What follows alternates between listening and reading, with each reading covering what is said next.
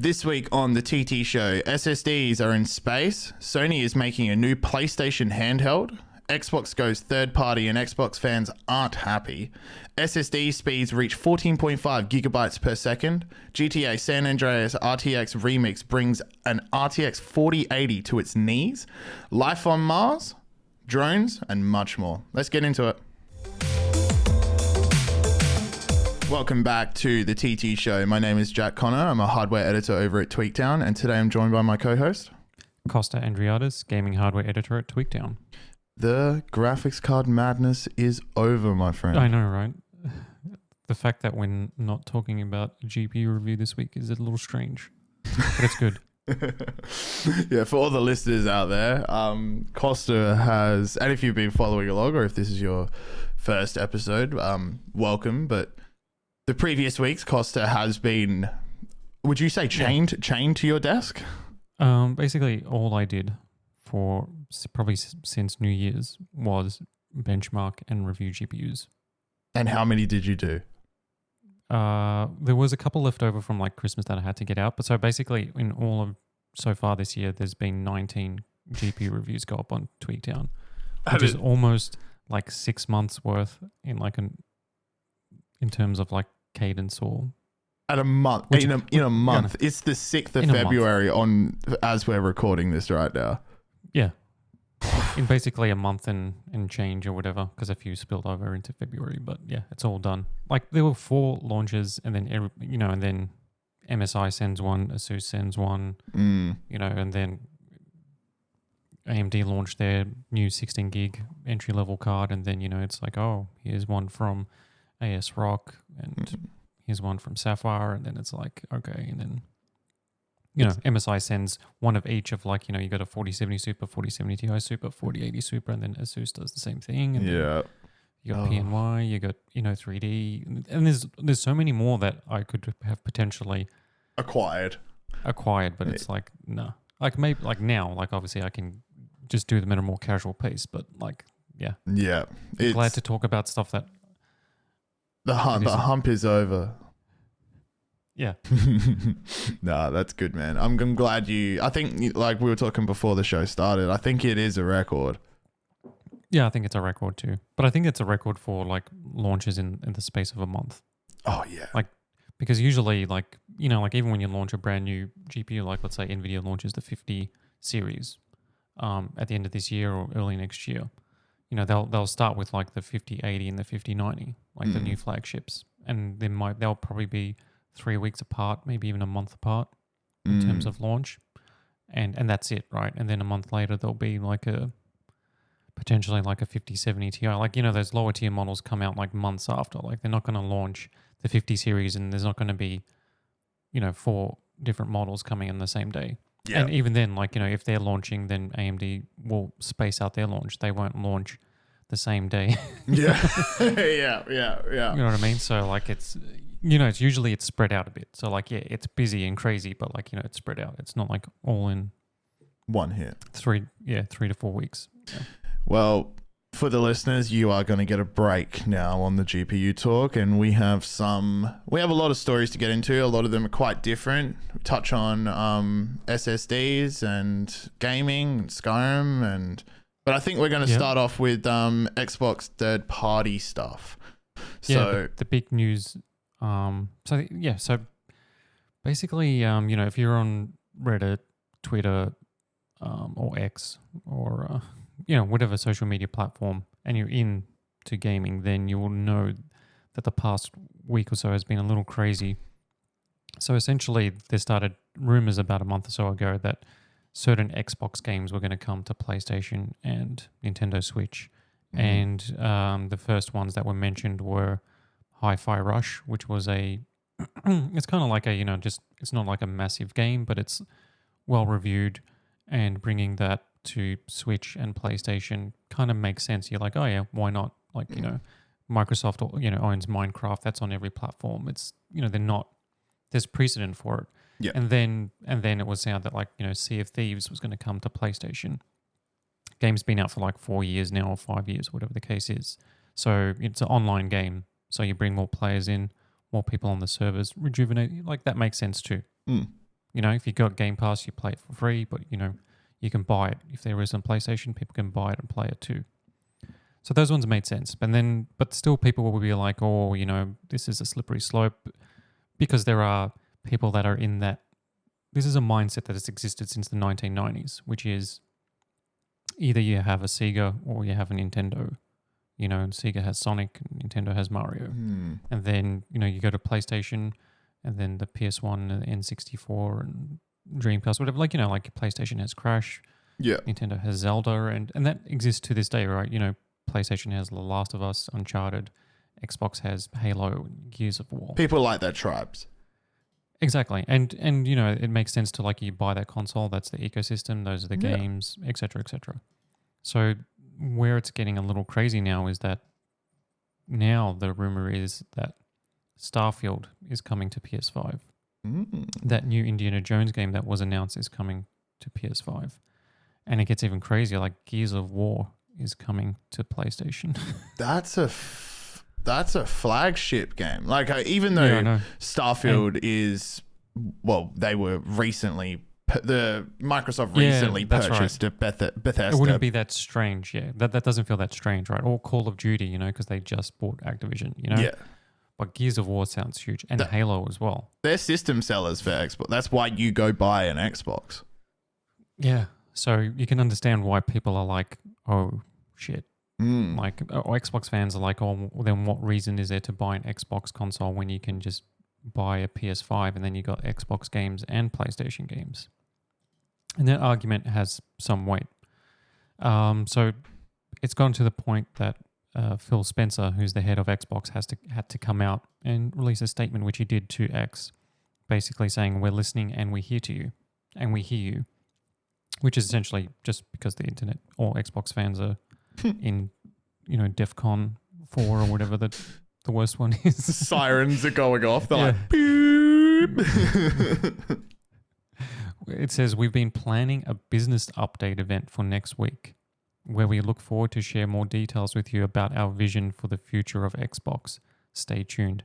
Now that sounds pretty much that. I mean, wording it as like a business event is weird for gamers. Yeah. Hey, stay tuned to our business event. That makes me think he's talking to shareholders. Yeah, it basically makes it sound like they are repositioning a lot of their decisions for game releases, that they are going to effectively become more of a third party. And a third party is like, you know, an EA, which is, or a 2K. They're like, I mean, or previously you would say Bethesda or Activision, but now they're owned by Microsoft, right? So yeah, it kind of sounds like it. It is weird though. Like, Starfield coming to PlayStation would be a big blow for like this whole thing that, you know, Xbox has all these great exclusives. But it also like brings into question like maybe things like Game Pass have like plateaued in terms of the amount of subscribers. And if you're just releasing games on Game Pass and PC and Xbox and PC, then you're just limiting the amount, you know, like it's like kind of like Netflix, right? Like Netflix has to spend billions of dollars generating new content or creating new shows, new movies. And then their subscriber base pays for that, right? So like, and they have to continue growing and they have to continue spending to make more content, to get more customers. It's like a cycle, right? And Game Pass is essentially a similar business model. It is, you pay your monthly subscription and then Microsoft is going to pay to get games on there. Either they're going to pay a company like a third party or an indie studio to put their game on there. Like, you know, Power World is a huge hit. They're getting paid to put that on Game Pass. And it's on Game Pass. But that also means that they've been investing in all these studios. So it's like we're spending $100 million to make whatever it is, Starfield or the Indiana Jones game, and we're putting that on Game Pass on day one. So like, but if subscribers aren't growing at the rate that they're spending to create all these new things, then they have to look for revenue elsewhere. Yeah, okay. And I think this could be just a business decision from my perspective. Like, but like, it's just going to. I think it's just going to make the Xbox brand just a little bit confusing. What do you think? So do you think this is an overall healthy decision? This is a two-parter question. Do you think this is a healthy decision for Microsoft? And after whatever your answer is there, do you think this is a healthy decision for the gaming industry as a whole? I think I'll start with the second one. I think Okay. yes, because the gaming industry is a weird one, right? Because there is this whole platform thing, like you said, like, you know, if you're a Sony fan or a PlayStation fan, like there's a lot of gatekeeping with at the platform level, which is not something that you see in other industries, right? Like if a musician releases an album, you can, you know, like they're not gatekeeping the way you can listen to it. Like, you know what I mean? You can buy it on physical media, you can buy it digitally, you can stream it, you can, like, you know, it's available everywhere. And like movies as well. Like there's no, you know, Disney movies aren't just released at Disney-owned theaters, if you know what I mean. Like Marvel movies aren't restricted to these 3 cinemas and these, whatever the case is.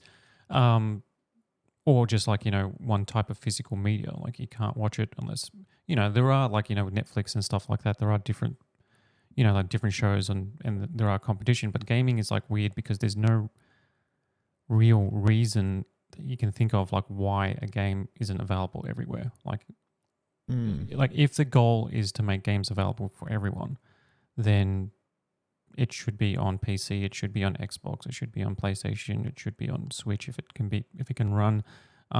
That's healthy for the industry to grow. Cloud gaming, streaming, and Microsoft's trajectory with cloud gaming, with Game Pass on PC, with bringing certain games like, you know, Cuphead and Minecraft to other platforms. Like I don't see this as like a major deviation, but it feels like they're going to take the first step in this regard. It's like, well, we'll just start lowering the barrier and then we'll start putting games on PlayStation. Then we'll start putting games on Switch as well. And then we'll have our Xbox hardware, we'll have Game Pass and we'll have cloud streaming. You know, like they're just diversifying. And I think that's kind of like that's where it's going to go. Because you know how like Sony is releasing games on PC now? Like you can get God of War on PC, you can get Spider-Man on PC, and there is a wait. It's about basically a year. So like, you know, then Horizon Forbidden West is out in March and it's going to look incredible on PC. That's a stunning game on PlayStation, and on PC it's going to look absolutely amazing. And the reason, like, I mean, to be like a cynic, the reason Sony is doing that is because they need the money. Yeah. To justify spending this much money making games. Because the Insomniac leaks showed like how much money it costs to make these big, massive games now. And they're just leaving money on the table if they don't release it on PC. And their whole thing is that we'll have it PlayStation first, then come to PC a year later. And that's just like a long tail. It's like, well, we make money now and then we make money a year from now. Yeah. And like, I don't think Sony ever going to, well, like I don't see them going, okay, Last of Us is coming to Xbox. It doesn't make sense because they, I mean, the PlayStation brand, like it's associated with these games and their consoles. But Xbox doing it like isn't strange, but at the same time, like seeing Halo on PlayStation is just going to be bizarre. It will be bizarre. I remember having a conversation with my group of mates right before it was at the time when we were starting to hear about all the hardware inside of the new these current gen consoles, and how I was explaining how much of a leap these are going to be compared to the previous generation, purely because of the SSD. Like that's more so the reason why. And the whole group was saying that I was wrong in saying that Xbox will win this race eventually. And I was arguing they will because they have surplus cash, Microsoft money. There's hundreds of millions of people using Windows. That is just a given. And I don't know if you want to count the gamers playing solitaire and stuff like that, but there is hundreds of millions of PC gamers, way more than console gamers. Xbox isn't selling as much as the PlayStation. It's about half. But Sony needs the money from these the sales, from the software sales and all of that. I'm like, Microsoft they're fine. They make multiple stuff. They make laptops. They make all of these kinds of things. They've got people on Windows. They've got their Xbox. Their cloud business, like Azure, like data centers, and their cloud business is what and data centers make. Yeah, and bank, now right? That's what makes them the big money. Yeah, and now we're starting to see, well, we already started to see with the purchasing of like Bethesda and all these big publishers. Sony is gatekeeping with their incredible titles, and that is what it's almost like a crutch. I see it as like a crutch for them, because as we've talked about previously, it's like they don't make that much money, if any, per console. That's right. Yeah, so it's they like need, a lost lead. Yeah, they need these titles. That's right. Like the software makes them money. Like the reason why, like, you know, they raised prices and like then Xbox followed suit, or even like Nintendo did as well. Like in the US, like brand new games were $60, and they were $60 for the last 20 years. Then with the PS5, Sony raised the price by $10 to $70, and there was a big outcry, as they would. You know, like people are going to say, "Oh, you're raising the prices." You know, like the reason for that isn't because it costs more money to distribute the game. It actually costs less because there's a lot more digital sales now. You downloading the game costs them virtually nothing, and creating a 4K Blu-ray disc to store the game or most of the game or a download code is a few cents. Like that price hasn't gone up. Like to justify $10, the $10 is to try and recoup more development costs and more R&D costs for creating the hardware. So do you think this is a bid in some way? If they say they put Gears of War on the PlayStation, Sony will license that from Microsoft, right? Well, yeah. Well, Microsoft will license it to Sony. Yeah. Like, you know, as part of like the deal, they'll make a publishing deal with Sony. And I don't know if they'll make a special deal, but essentially 30%, let's say, of sales will go to Sony, and Microsoft will take 70%. It's usually about 70-30 is usually the split. Yeah. So I'm trying to make a comparison between like streaming services and like some, say Seinfeld or whatever. It's like now it's on Netflix, but it's only on there for say 6 months. So, and then it moves to Stan buys it. But it's like, we've only got 2 consoles where this can happen. But it would be interesting if Microsoft Play, and I suppose this is my question, is they give them their best, quote unquote, first party titles to go onto PlayStation. But then say the next iterations or the next games, the next Gears of War or something like that, they release first on Microsoft. So all the Sony players have now played the old Gears of War, and now it's gone. Like the licensing has expired, and now the new game's out. And guess what? It's on Game Pass.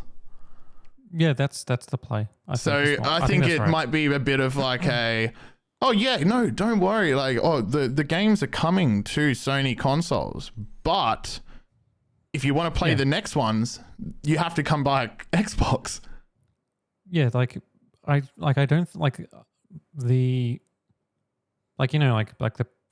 the fans or like the people that are just like full green Xbox cap and t-shirts and that are all in on the brand, possibly thinking that this is a sign that Microsoft is not going to make any more consoles, like Xbox consoles.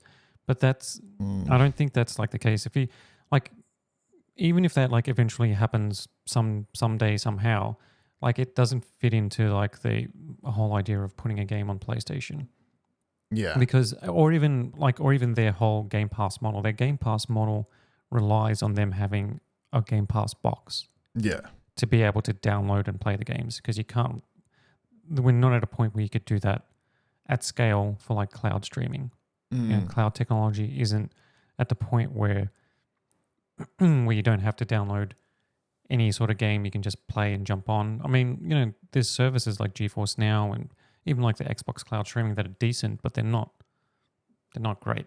I mean, they're not a substitute for actual hardware.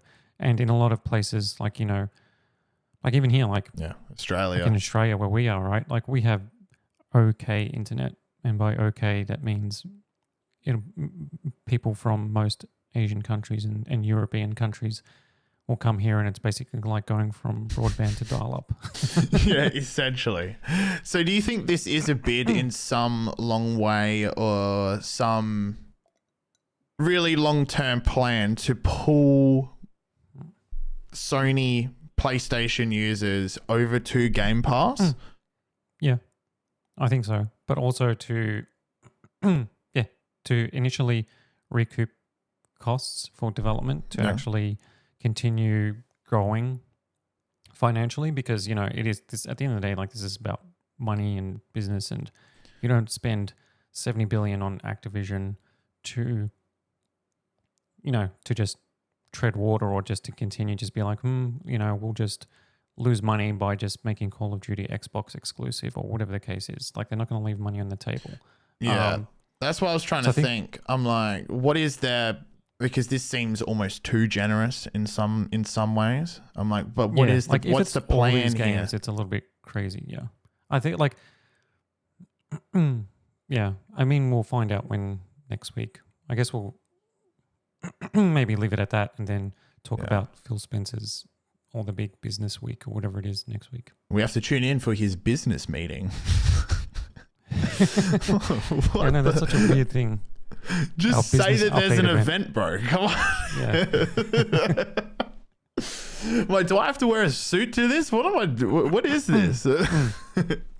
Imagine like like it's just going to be like spreadsheets and charts and people expecting like game trailers and reveals. Yeah, and Phil Spencer's just got like one of the really long rulers that they have in a college class. He's like, look, so here's the plan. Yep. This is how we sustain 30% year over year. Yeah. So we're all going to make a lot of money. Q3. Mm-hmm. All right. Yeah, we will leave it at that. And we'll keep you guys updated on what they say at that meeting, because this is big news for the gaming industry. It seems like the old guard is lowering their, I don't know, they're draining their moat. That's how I see it. And I'm like, why are you doing this? So stay tuned. Keeping it in games, the other rumor, I guess. What was that? Sorry? There's another rumor which is Sony related. That they're creating a next-gen PlayStation handheld. And if you say like PlayStation handheld, people get excited. So Sony released, like, I think it was like late last year, like this controller with like a screen on it where you connect to your PlayStation and you can just play via wirelessly, like the over your network. Oh, yeah. Like it's just like a remote play thing. Yeah. So it's not an actual handheld. It's just like basically just connects to your PlayStation. And it was like underwhelming because that's all it is. It's like, it's not that special really. Yeah, that's it's it. not What like you was can it take called? that with you. PlayStation. Is it like a blade or something, or is that the MSI? It's basically like they cut like the controller in half and just slapped a screen in the middle. That's what it looks like. The design. It's kind of the Sony Blade. no. That's Sonya Blade. Come on, Google. That PlayStation Portal. That's what it is. That's it. Portal. Yeah. Your obsession with like calling something the Blade. Yeah. It just sounds so cool. What did I say last week was the Blade? Yeah, I know. That's why I can't remember. I think it was the Nintendo Switch. I'm like, it'd be funny. Yeah, it'd be funny if they called the next Nintendo the Nintendo the Switchblade. The Switchblade. Yeah, the Nintendo Switchblade. I need to get off that. That's not good. PlayStation Blade, Switchblade, Xbox Blade. It's everywhere. Does sound nice though. It does come off the. It's everywhere. So. So PlayStation portable PlayStation. So like back in the day, PlayStation released like the PSP was their first one, and I've still got it somewhere. It's a classic handheld.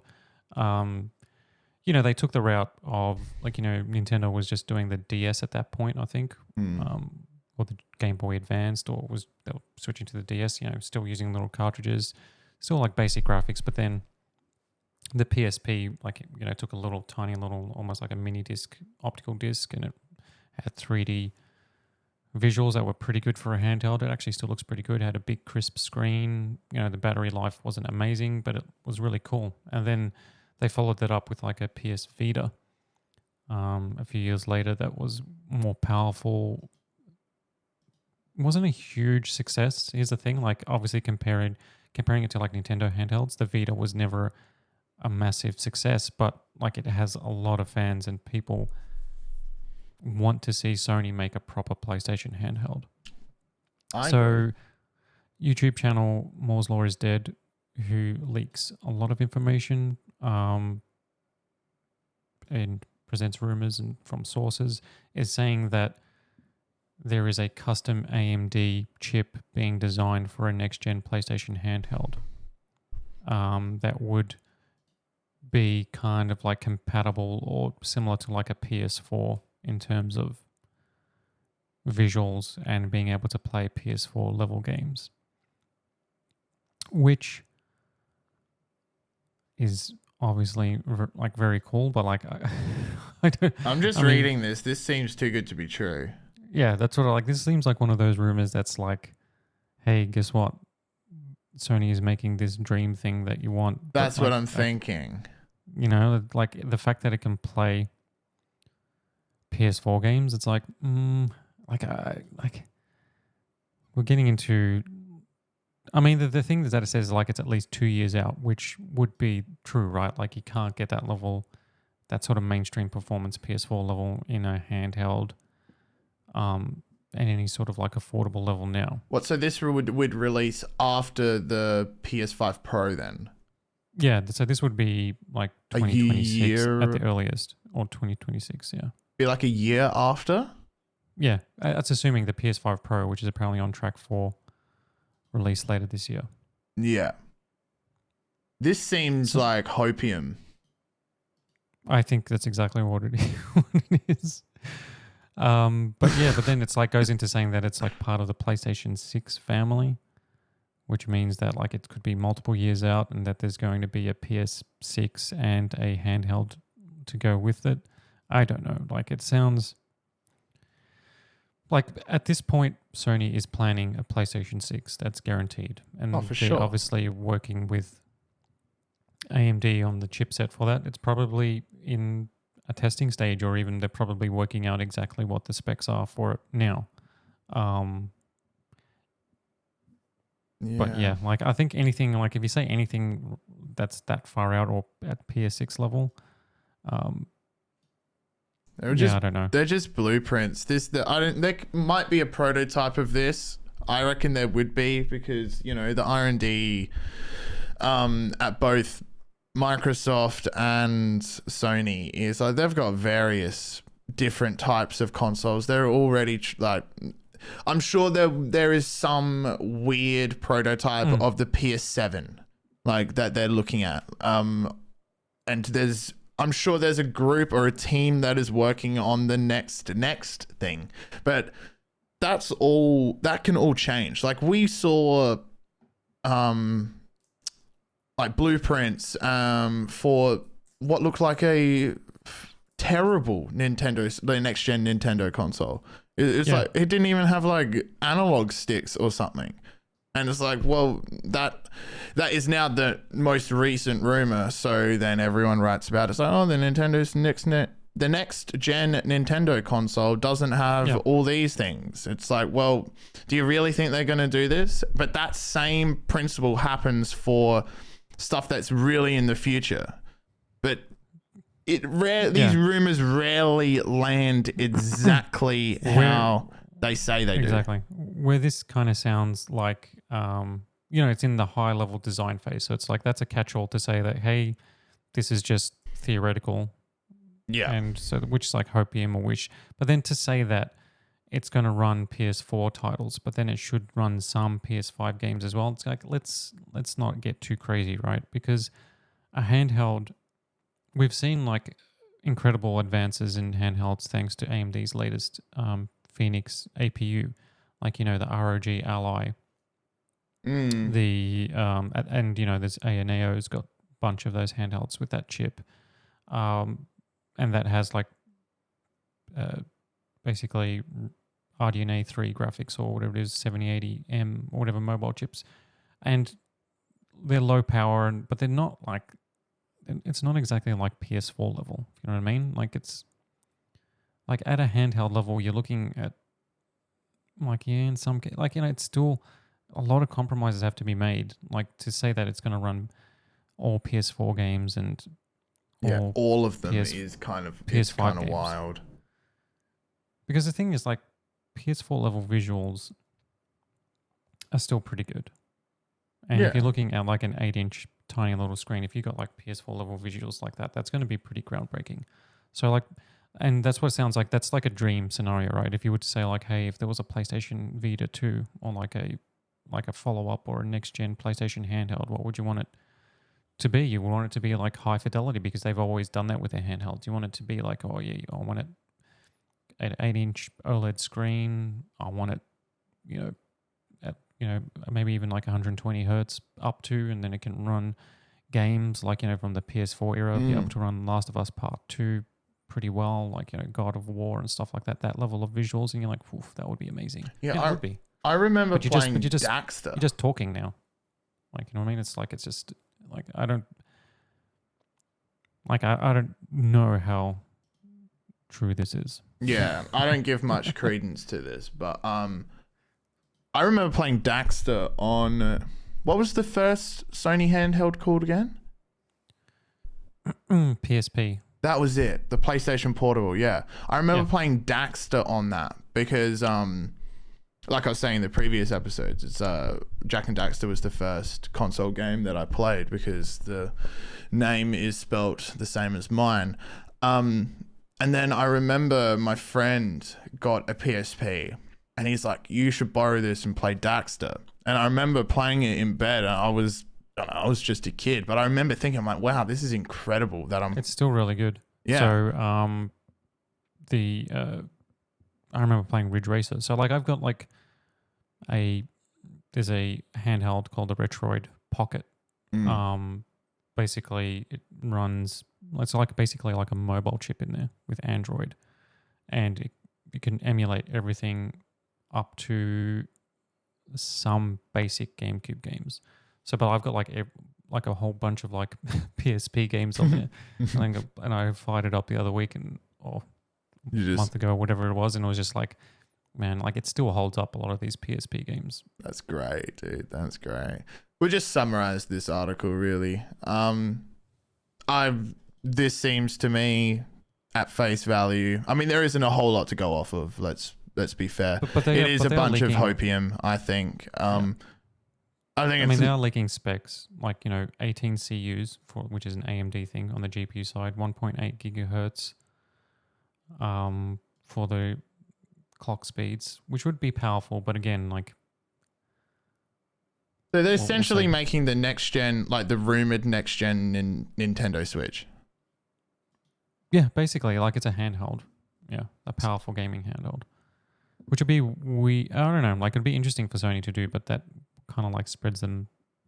I think like the problem with like them and the PlayStation Vita was that it spread them too thin. Like they stopped, you know, like they focus on one thing and not the other. You mean like it just gets neglected? It's kind of like now with like PSVR 2. It's like they launched it right with the Horizon game, and there are like a steady stream of VR games, but it's like, well, like why aren't you trying to make this a thing? Like there aren't many like games for it. You know what I mean? Like if they were to do another handheld, realistically, all these first-party Sony studios that are making that huge teams that making God of War and Last of Us Part 3, whatever the case is, and Ghost of Tsushima 2 or whatever that team's working on, like, are they going to have or even Insomniac going to have the capacity to then just make games for a new handheld as well? You know what I mean? Yeah, that's a very good point.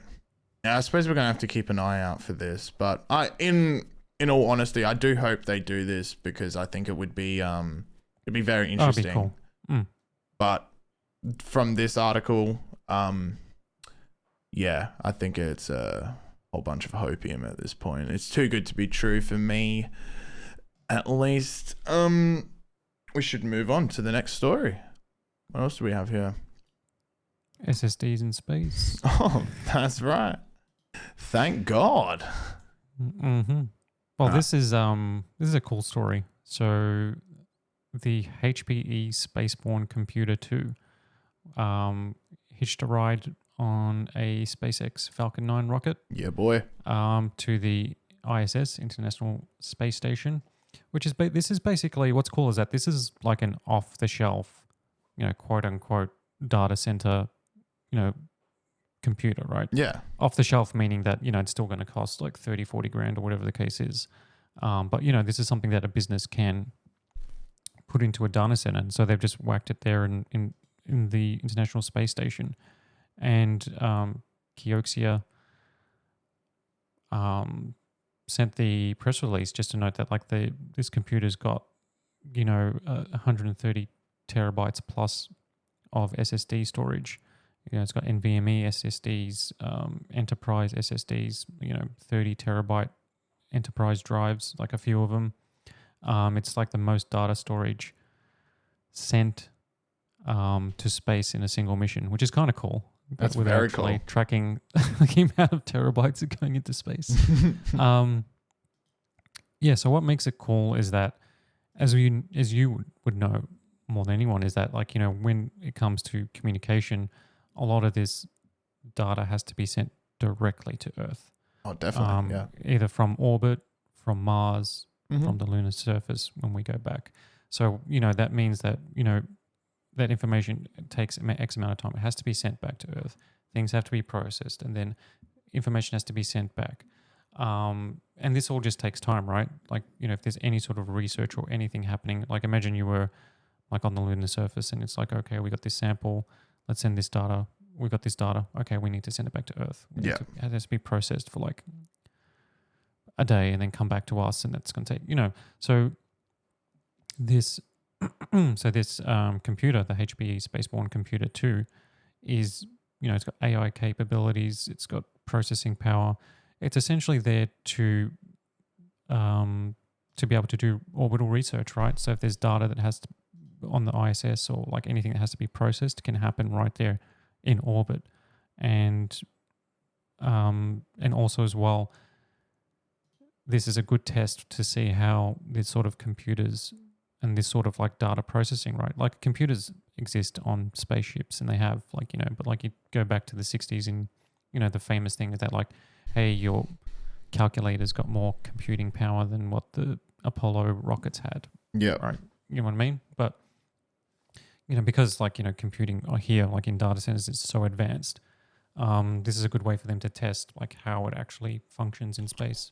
Yeah, I'm very interested to see, because I think I've done similar stories where they're interested to see how the SSD health.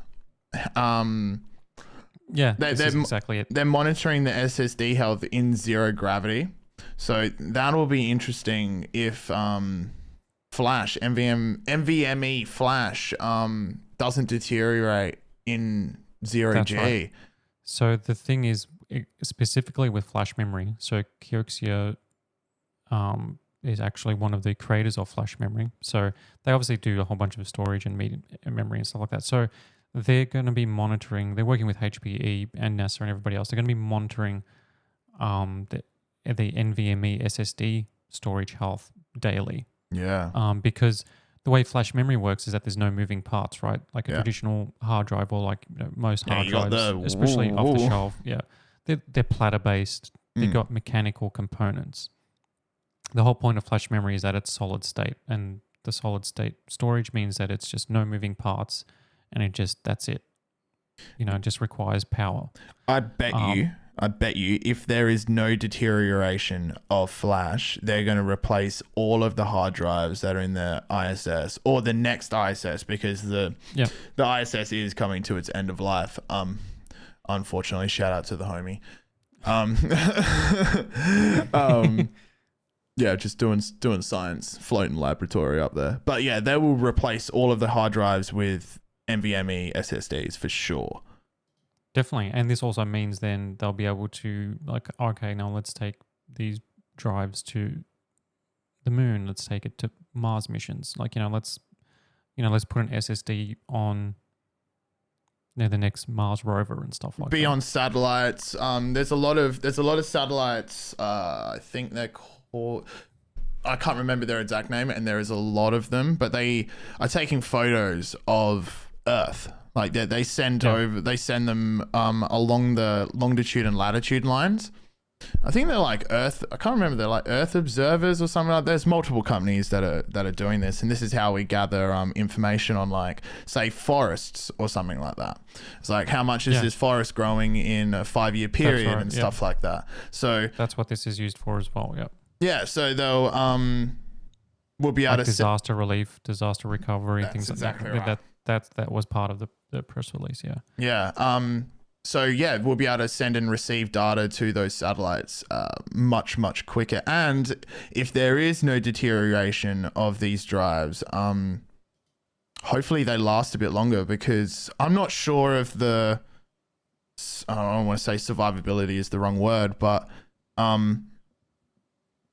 are SSDs less prone to breaking than hard drives? I'm thinking SSDs would be safer because, like you were saying before, less moving parts inside of the drive itself. Yeah, and they're guaranteed for like X amount of data and stuff like that. So yeah, but there are like higher grade ones that they're just designed to burn through like so much data daily and stuff like that.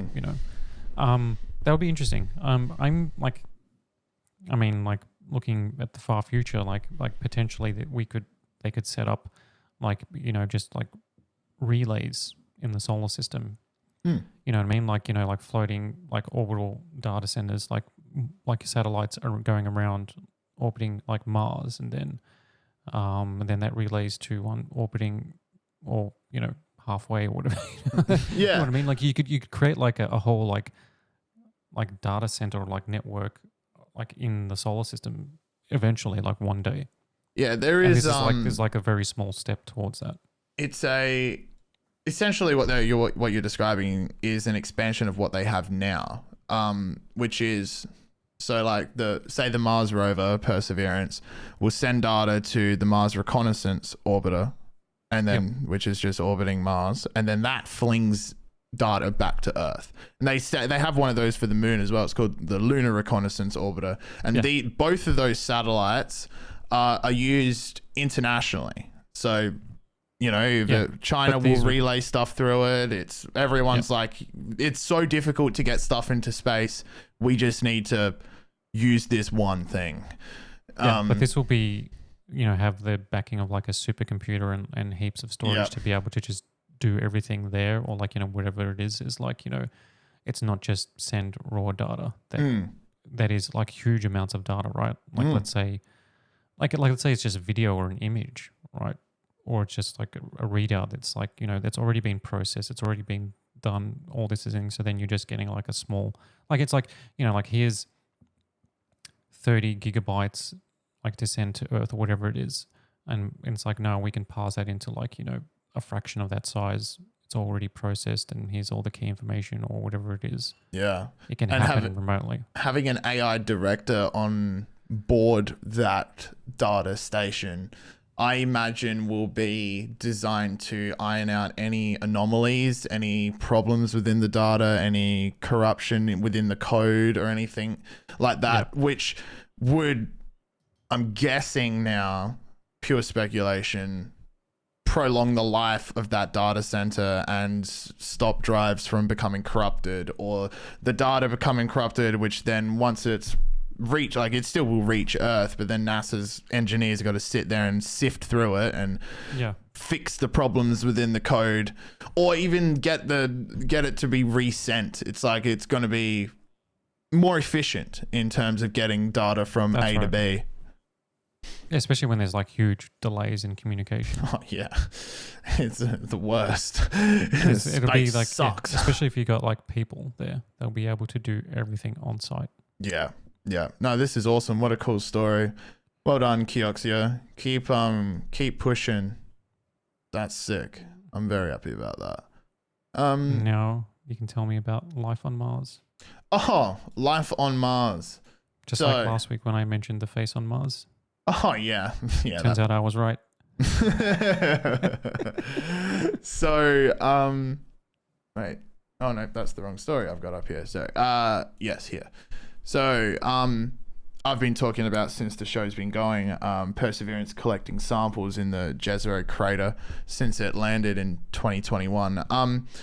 This is essentially just a bunch of scientists coming together And going through mountains of data. Mountains and mountains of data that Perseverance has scanned. So one of the instruments on Perseverance is a downward facing radar instrument. I think it allows data acquisition from up to 30 meters. I'm just doing that off the top of my head. It's not very far below the ground, below the surface. Okay. But ever since it's landed, it's been essentially scanning the ground, trying to see what's underneath. Now, the benefits of that is the data that it's gathering will be able to tell, researchers will be able to tell what kind of minerals, the composition, and then from that, they can rewind time by identifying the minerals and seeing what has happened to get these minerals to form.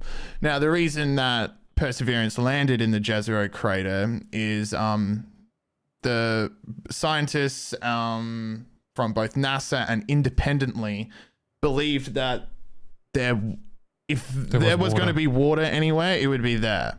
Or that's at least a very good position to look for it.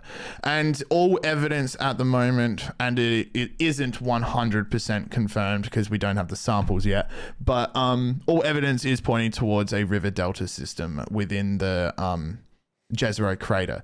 Now, if anywhere on Earth there was going to be life or evidence of life, it would be a completely drained river. Think about how many individual pieces of life are within a lake or something like that. Yeah, even just microbial bacteria. Yeah. And then there's fishies. Yeah, and fishies.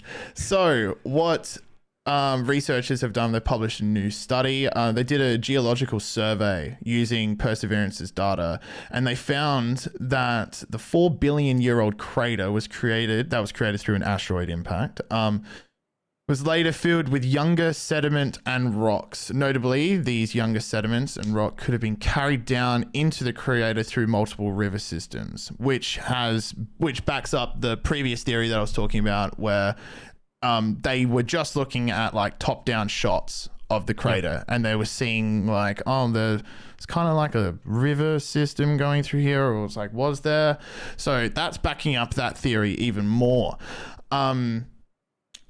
These suggestions were why Perseverance was sent to investigate the crater, and now scientists have found horizontal layers of underground sediment that resemble a lake on Earth. So this theory is starting to show its I suppose wings, like Red Bull. Go on, Perseverance. So they explained in the study that as water levels increase and decrease, it creates the web that we see. Even I've got like a creek out the back of my house. It's like when there's no water running and it's really hot, you can see certain levels of water where it's increased to, and then it's decreased down to, and it creates that like little line. And then up the side of like a mud wall, it's like you've got different. If you were to mark out like the date, you would then have a time of when the water rose and decreased. I think that is about it. Yeah, there isn't that much to this, but because Perseverance has already collected samples, I'm pretty sure it's about 60% full. It's the total capacity of the rover. The scientists, after they found this out, and they were like, oh wow, there is more credence to this theory about this being a potential ancient lake that's drained.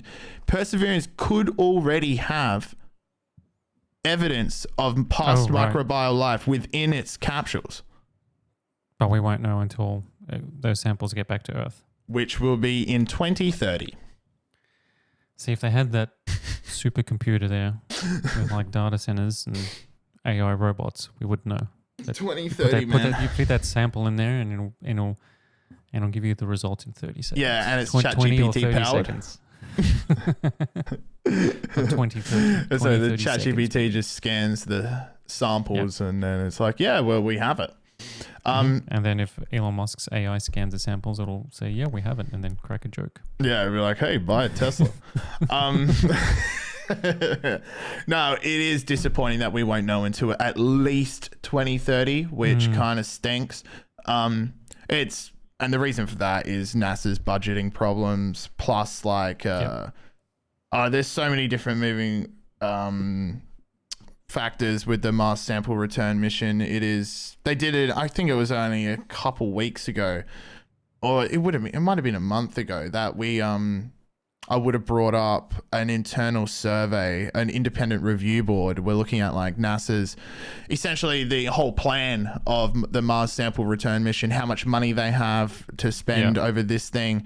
And they were like, there's no way you're going to be able to do this in the time that you say. Yeah. So they had to push back more. And this is like NASA's own internal independent review board. So it's like, no. So Perseverance I think is going to end up being, like I said, he's about 60% full at the moment.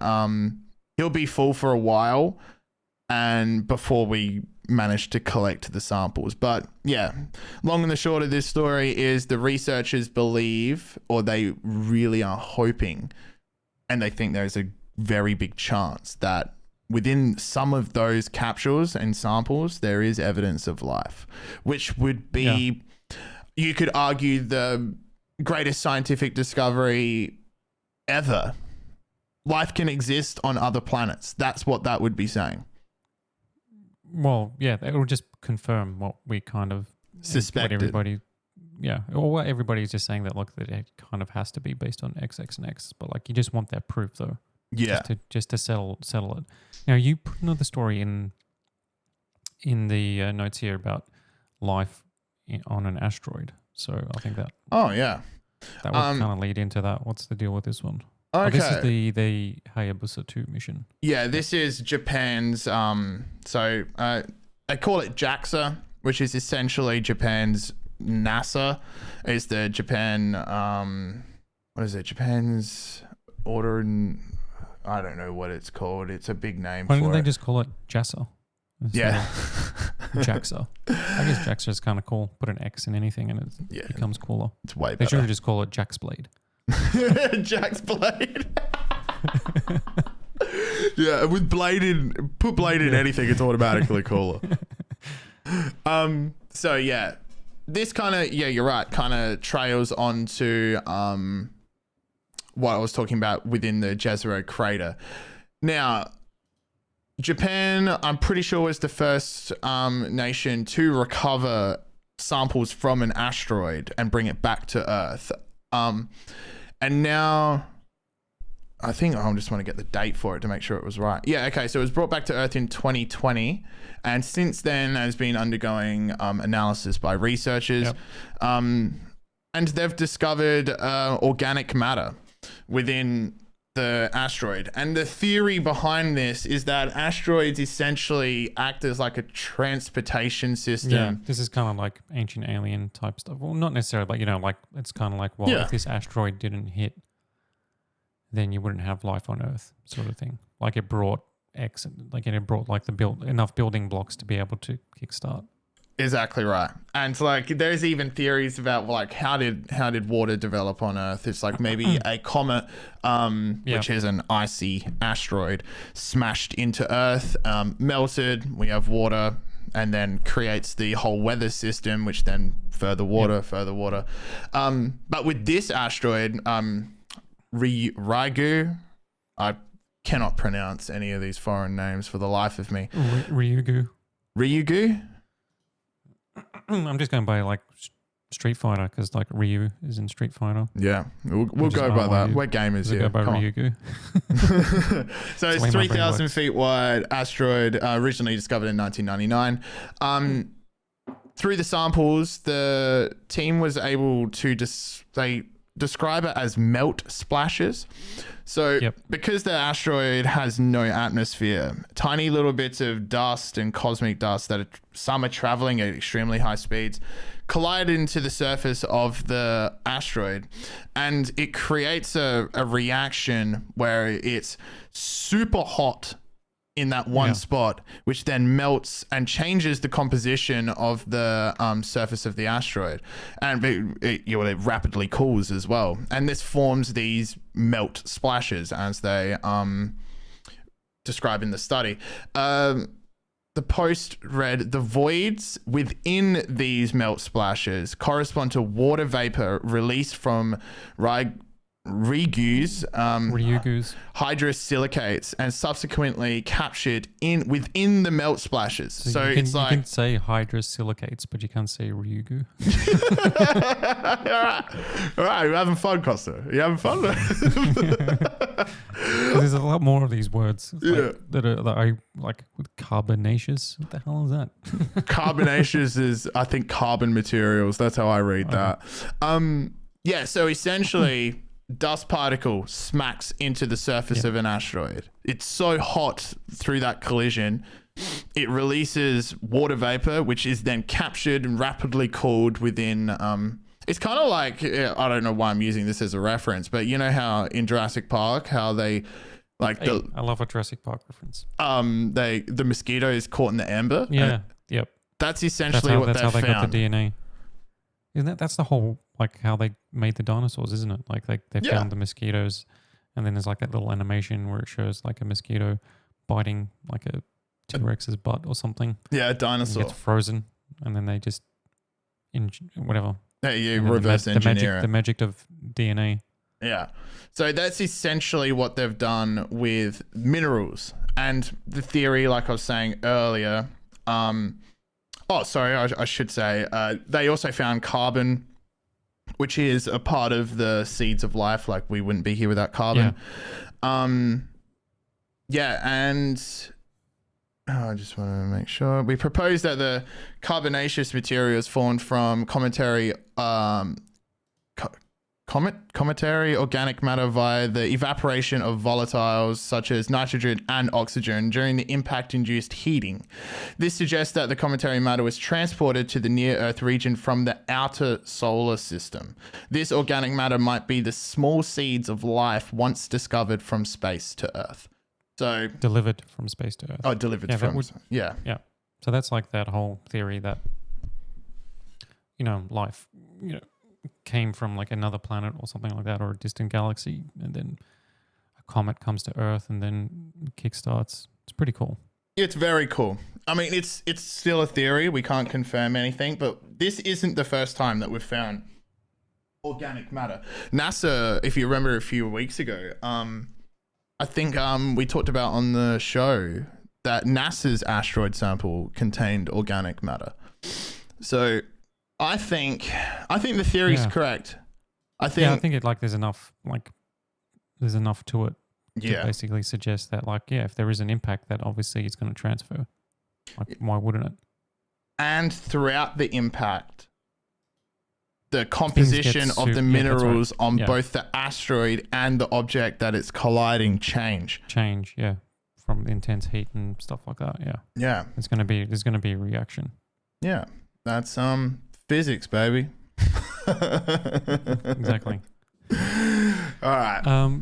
There's no real segue out of that talk. No. So we'll just go hard cut to the next story, which is SSD speeds. I'm still rocking Gen 4 SSDs. I'm building a new gaming, a new benchmark PC, or test bench, or whatever you would want to call it. And I'm still just rocking Gen 4 SSDs. I think I'm still rocking a Gen 4. But full Gen 4 speed of 7.5 gigabits per second, which is still incredibly fast. So we're getting into super fast Gen 5. So PCIe Gen 5, which is the latest generation of SSD, has been around for a while now. It's couple of years or at least a year or so. And the first Gen 5 drives kind of like pushed 10 gigabits per second. And that was kind of like, yeah, like it's about a 30% uplift over the fastest Gen 4 SSDs. And now we're getting to the point where they're basically doubling the speed now. So there's a crucial T705 SSD, and the SSD expert at Tweakdown, Mr. John Coulter, who I've actually gotten information on, or advice on like what SSDs to get. Yeah, he's really good. John is one of the best in the game for SSDs. He's probably the most knowledgeable person on SSDs that I've ever met. Oh, he's would even incredible. likely to meet. So anyway, he reviewed the crucial T700 SSD, which is a really fast SSD. It's like the fastest like retail SSD for like PC gaming and things like that for PC, like an off-the-shelf SSD. And that was fast. But it looks like Crucial, who's launching a T705 model, which is going to push 14.5 gigabits per second read speeds, sequential read speeds, which would effectively be double the read speed of like a Gen 4 drive now. Now, my issue with Gen 5 drives is just physics, right? Because the faster these things go in terms of like read speeds, the more heat they generate. It's why they got heat sinks now. Yeah, there's active cooling on them now. Yeah. There's like fans, ones with fans. We saw them at Computex. Yeah, we saw like an AIO, right? Like, the CPU liquid cooling that has like a radiator that it connects off the thing. Wasn't that for a PS5? Was it? Do you remember that one where you were just like, "What the hell is this thing?" Yeah, it was like there was one with a chunky heatsink for PS5. Yeah. But there was one that we saw that in a PC that had like the AIO, tiny like little fan cooler, and then they had like a radiator, like like the water cooling cable coming off and stuff. And they do have like tiny little fans, yeah. And the reason is because because once you hit that speed of like what this can hit, which is 14.5 gigabytes per second, is that the temperature hits a certain threshold, right? And if there is insufficient cooling, then it's not going to just melt, because most hit its thermal ceiling. And then it's just going to just throttle instantly. And so this one isn't too bad, but like you just need a lot more room for these drives, I think, than previously. So that's kind of like what has stopped me from going the PCI Gen 5 route. But if it's like double the speed, it kind of like it's starting to get to the point where it's like, oof, maybe it's time to upgrade. See, now my next question is, what the hell are you doing to be needing to, like, as a gamer, what game is pushing 14 gigabytes per second? When are these SSDs getting stressed? It's not necessarily for gaming. Like, I would have this as like my main Windows drive, so things would just be like boom. Everything's being read. Everything's boom already. Yeah, I know, but still, it'd be even boom boom. You know what I mean? Like, I restart my computer in less than 30 seconds. Yeah, I know, but it's like, how much quicker can it get? Yeah, I guess when they have like direct storage, but even like direct storage on a Gen 4 drive, like, there's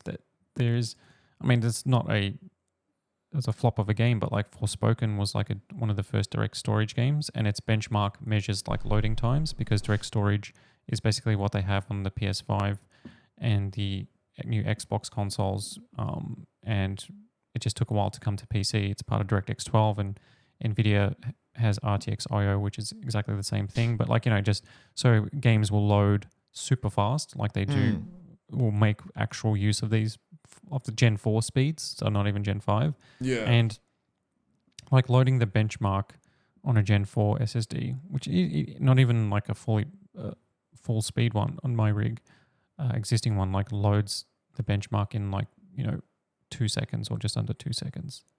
Yeah, I just looked up, and John gave me this for free, which I thought was just insane. Hey, a Galax, which at the time was one of the best, Galax Hof Pro SSDs at M.2 2 terabyte Gen 4, and My question is, with all of these, Yeah, Team Group's got one. MSI is going to have one with 14 gigabits per second. Sabrent has got one as well, 14 gigabytes per second. So like it looks like this year, there's got all the major players. Like you got Crucial, which is Micron, which obviously is like a leader in storage technology. Team Group and T-Force, they're the ones that we saw with like the AIO coolers at Computex. yeah. MSI Spatium ones, they've got chunky heat sinks on it. Can you take the heat sinks off?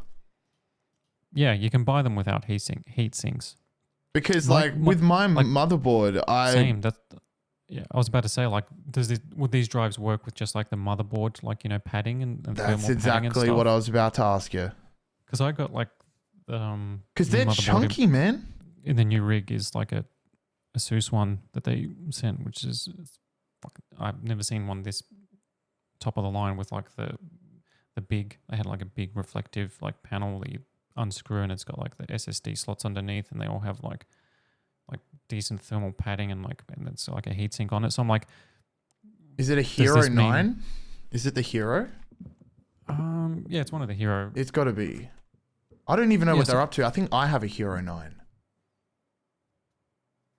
Yeah, so like they sell like SSDs without heat sinks because of motherboards that have these cooling like thermal things in there. So like, you know, if it's just like an SSD slot that, you know, on some motherboards, like, you know, not all of them have it, and it's just like a heat sink. If it's a fast one, makes sense. But it seems that like with Gen 5 you need, I don't know, like maybe you need like a heat sink and like a thermal pad's just not enough. Like that's what I'm wondering. Yeah, because look how big they are. They're so chunky. Just for the audio listeners, like, head on to the YouTube. There'll be images of what we're talking about here. But they're still smaller than what hard drives used to be. Like there's big chunky platters and stuff. So, but yeah, like compared to just that like little thing that you just put on your motherboard, it's like having like a big heat, or even like one with like a fan on it is just like, it just seems like antithetical to what people really want. Yeah, because we both love minimal looking stuff. Like the fact that I could put my SSD M.2 almost like it's under the 4090 because that thing is taking up majority of my case. But I just like put it under there, screw it in, and you don't see it. Like, I don't want this massive heat sink sticking out of my board. Yeah. Like, like it's going to get to the point where, like, if it's required for like super fast drives, like they're going to have to like start making these aesthetically pleasing. Like this model here comes in like black and white, which would suit like most builds as like a minimal look. But it's just going to mean that like it's a matter of time before they just start adding RGB to these things. Don't say that. You know what I mean? Costa. Like they're going to have to be that? Like. You trying to make me angry? What are you trying to do? Because everything has to have it right. Everything you can see that you put on the PC has to have it right. Just stop. Like memory, like RAM has RGB, right? Because it's like if it sticks out, it's going to have RGB. And what I'm saying is that it's just a matter of time.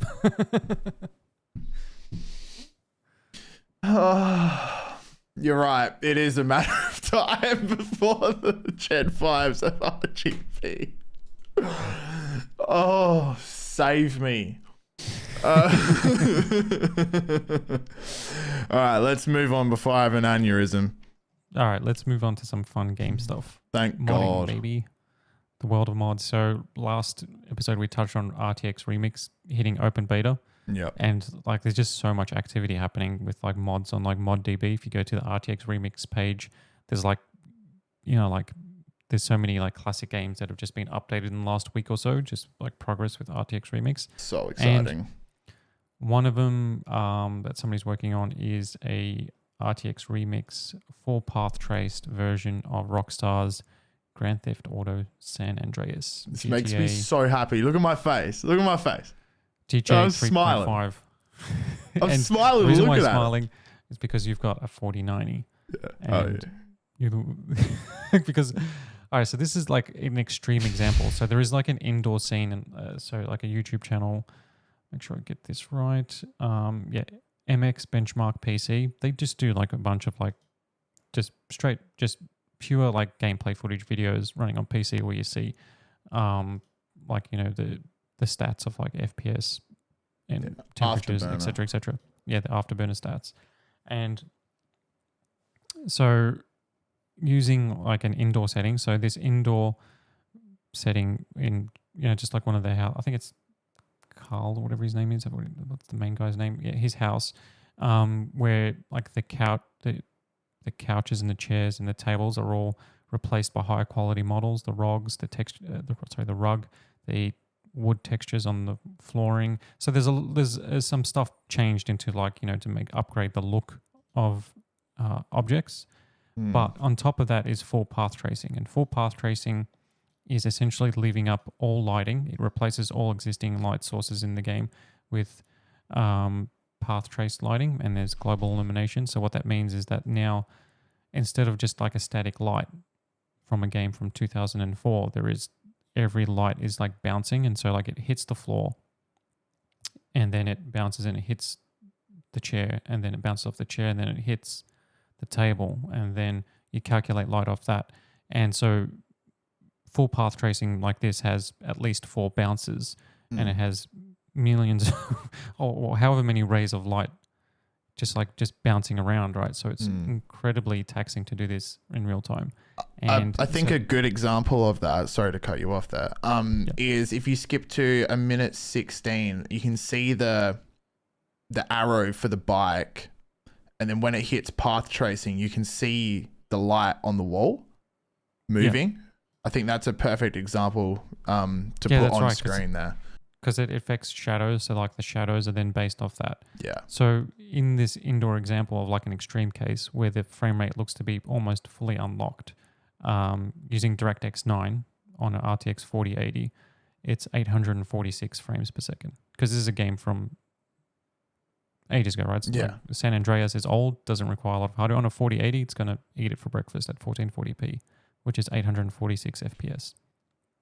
Turn on path tracing, and it drops to 48 to 50 FPS, which is a 90+% drop in performance. That's it's just bananas, crazy. just to show you how incredibly taxing path tracing is.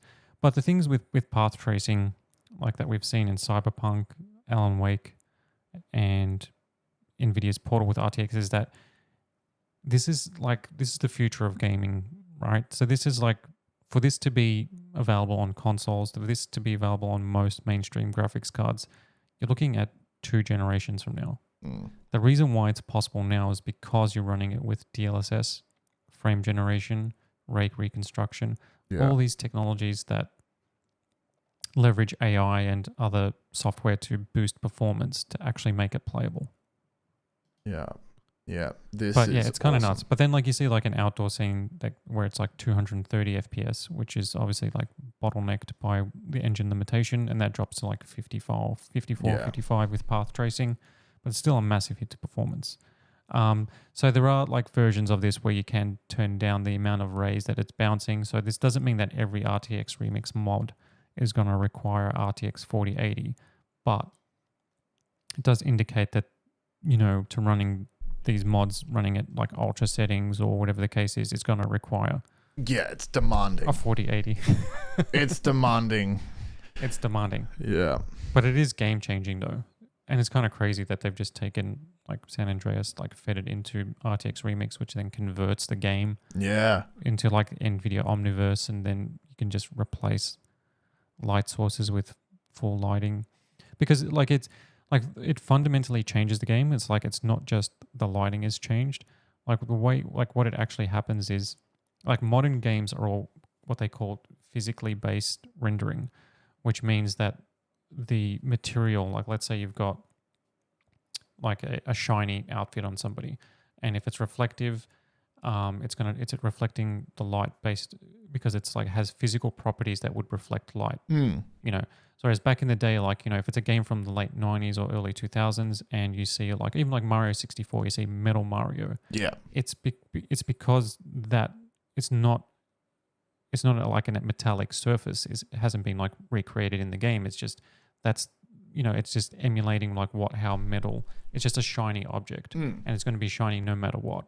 Whereas like physically based means that it's going to react to the light based on its physical properties. So like that's how modern, why, like modern games, the lighting looks so much better, is that even though it's like even without ray tracing, they look really good because of that.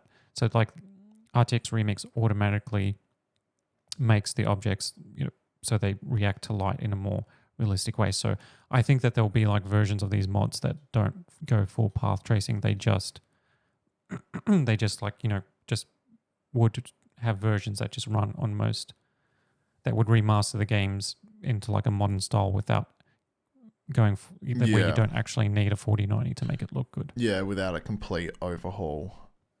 Yeah, that is. Anyway, that's a cool one. That is very impressive.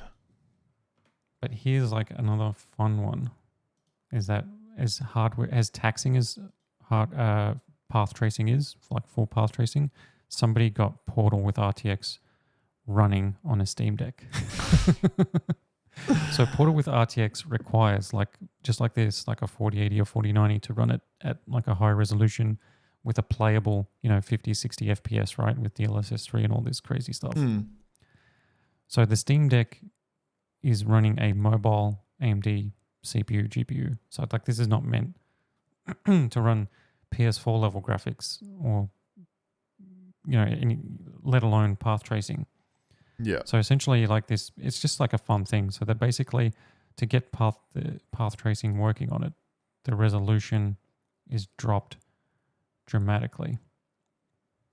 And by dramatically, that's 864 by 486 pixels, which is, I think, like 846. That's half of 720p, right? Yeah. So if you watch the video, it just looks really blurry. And also as well, they dropped like the bouncing, like I said before about path tracing, has like multiple bounces to make things look more realistic. Yeah. This only has like a single bounce. And when you have a single bounce, you get a lot more shadow and because it's not enough light bouncing around multiple objects for it to fully light a room. So it just looks like you get like these hard shadows but it's still like ray tracing, but it's just not as realistic as it could be. So anyway, they got it running at 30 FPS at super low resolution on the Steam Deck. I'm just looking at the video. It's really like when he's going through the portals, it still looks cool, even though it still super low res. Right? It's super low res, right? Like you see how like everything, a lot of objects just look like super dark, like around the edges and stuff. That's because like there's only a single bounce, but it's still full path tracing though. It's like, so all the lighting here is still like path traced. But this is cool though, because it basically shows you that there is like versions of this that can work on anything basically. If you can run on a Steam Deck, you can run on definitely any PC basically. Yeah, wow. That is awesome. I'm so excited for Remix. I know. It's just going to be so good. So good. What do we have next? What do we have up next? The Skyrim mod. Oh yeah. This is something. What was that, sorry? Why I want to talk about this is like the other day I was having dinner with friends and I was like, I think it's time for like a Skyrim replay. It's time to reopen it. And I'm like, oh, but I'm going to have to, like, I'm going to play it. I'll play it on PC, obviously, because then I'll install all these mods. And, like, I haven't played it fully modded for a while. My last playthrough was the special edition release that they did. And Bethesda sent me an Xbox code. And then I just started playing just to test it out. And then 200 hours later, it was 100%ed. They got you again. Yeah, so I know that if I install it, that's what will happen because I can't play Skyrim and not finish it. But yeah, that's fair. I am keen to know what all this is. So I originally reported on this mod back in 2020. Right. And we had an update on it. So it's called Lordbound. It adds 60 plus hours of content. You have a new region to explore, 40 quests, 50 new dungeons, And I'm pretty sure in the 2020 coverage that I did, they said some of them will be non-linear quests. There'll be new weapons, armor, characters, and much more. This is made from a small development team that has been working on this for a long time. It's now at the stage where in the 2020 coverage that I did, they said 30 hours. Now it's at 60 hours plus of content. And it's so big that it's now being called a DLC-sized mod. Yeah, and it's been in development for over 6 years. Yeah. According to your report. Yeah, it's reached the development stage where it's like, is this ever going to come out? Or...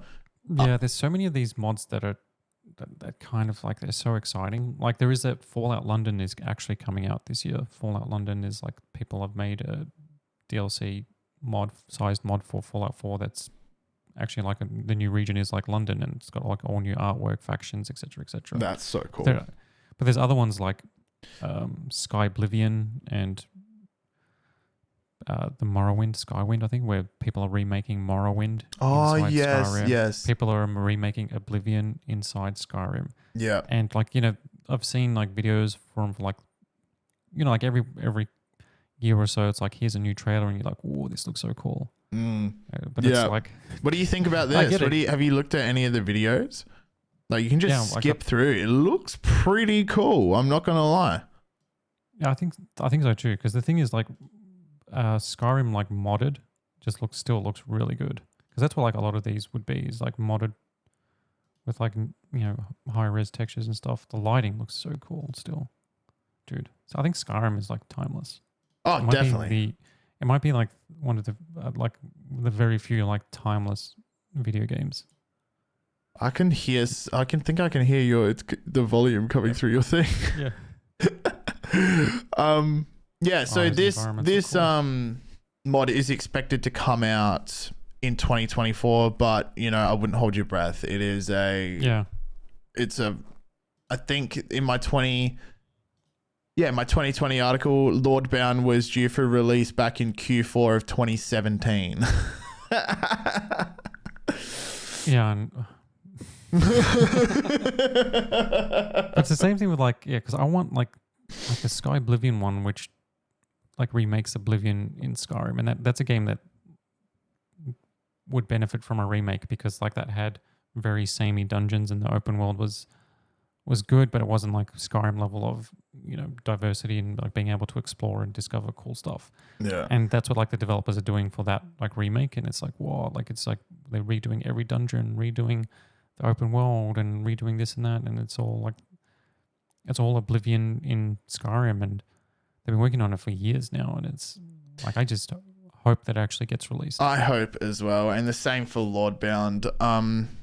We're both big Skyrim fans, and I'm sure some of the listeners are as well. So I hope, I really do hope this comes out this year. Yeah, definitely. Hopefully. That's about all I've got on that story, to be honest. I just wanted to bring it. Yeah, it was just cool. Bring it to the attention. Do you want to close with Amazon's cookie delivery? Sure. So, Amazon loves its drones. They love drones. They love drones. It's their favorite thing. Delivery is Amazon's favorite thing. Yeah. Nothing they love more than just delivering. Oh yeah, and delivering by the skies, it's going to be its next favorite thing. So drone delivery for Amazon is only in, I'm pretty sure, 1 or 2 areas, California, and Texas. And what the company is doing is they released a blog post basically outlining all of their achievements for, I think it was 2023, the fourth quarter of 2023. They made 7 billion, they delivered more than 7 billion units to Prime members, which is just insane to think about. Like 7 billion in a quarter. Packages. Yeah, I know. 7 billion deliveries. It's just crazy. But not only that, but like they're saying same day or next day. Yeah. Oh, sorry. Yeah, I didn't even say that. Either arriving on the same day or the next day. So I don't understand how they even managed to do it, to be honest. It is kind of like, even here, like in Australia, like it's like you get next day delivery from Amazon. yeah, they love their deliveries. They love it. They live for it. So what they're looking at doing is expanding their drone delivery. So currently in California, Prime members within the applicable area can get a drone delivery between the hours of 9:30 and 5 p.m. on specific days of the week. Now, it also has to do with like weather. So like if it's raining or it's super windy or something like that, Drone, I'm guessing they don't fly the drones then. But they want to expand its drone delivery service to new locations in the US, Italy, and UK. Now, Italy. Go on, sorry.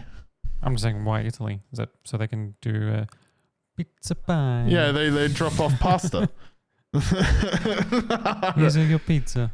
I don't know. It must be maybe I don't know. Italy seems like US and UK. I'm like, okay, yeah, I get it, but Italy kind of thrown in there. I'm like, all right, no worries. Maybe it's big over there. I've got no idea. It's probably huge. Their achievement for that I thought was worth talking about, because I think it's quite funny, is their fastest click to delivery time in the fourth quarter of 2023 from a drone was 15 minutes and 29 seconds for a box of Annie's cocoa and vanilla bunny cookies. They put that in there. That was like the last line of their blog post. They were like, check this out. Check out this drone delivery. 15 minutes and 30 seconds. Yeah. That's like Uber Eats levels. That's not Probably bad. quicker. It's like this. That would be I mean, this sounds like everything's going to be Amazon food. They're going to be doing like drone food deliveries. I think that's why they're going to Italy. Yeah, I think so too. Yeah, the pizza pie. It's a pizza pie. I think like if you've got Uber stock, buy Amazon stock. Yeah.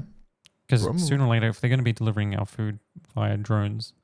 Yeah, well, I was thinking, I wonder what the maximum weight is that one of these drones can take. How long before we've got drone taxis? Drone taxis. Amazon picks us up in drones. It would be wild. I think that's the future. Yeah, it just drops me off at your house. Prime, you get like, You got like, what is it, like 300 miles or something like that of like Amazon drone delivery. It's like they'll take you from the club back to home. It's just going to be like, I think this is the future where you hop in the Amazon drone, it takes you somewhere, and then as you're flying, all you just see is these other Amazon drones making deliveries, taking people. I kind of imagined the drone delivery system essentially being like not a Zeppelin or something like that. I mean, I suppose it would be kind of like a Zeppelin. So like say between 9:30 and 5 p.m. or maybe if you order between 9:30 and 5 p.m., the Zeppelin will go over your suburb. And then as it's going over the suburb, the drones are going down to all of the houses and then flying back to the Zeppelin. So you got to, if you order, what was that, sorry? So you're basically, in that scenario, the Zeppelin is like a floating Amazon warehouse. Essentially, yes. That's how I imagined it. That's pretty wild. I mean, it'll be huge, man. Like it'll be block out the sun levels. I reckon there's more of a chance than that than the Sony handheld. So we'll see. I'll just put that one down. That's how I imagined it, because then if you want to be able to deliver to as many people as possible, right? So even if you had multiple little Zeppelins or something like that, and you ordered between a certain time, then as it goes over your area, like St. Agnes or Teacher Gully or like some of the areas that are in my state, that you'll get your come to my state. Teacher Gully. You'll get your delivery by drone in that time. Mm-hmm. I don't know how far away that is, but Amazon, if you're listening, you heard it. You heard it from me first. I'm sure you've never thought of that before. No. Like, I'm just getting a flashback. And remember when we covered, I don't think it was at Bezos, who was making that giant hot air balloon? I'm actually Googling that right now. Remember we talked about Zeppelin. It's like a billionaire. Hot air balloon. And like maybe that's what it is. You've stumbled on it. Their secret plan. I keep Googling Zeppelin hot air balloon. Zeppelin. Zeppelin.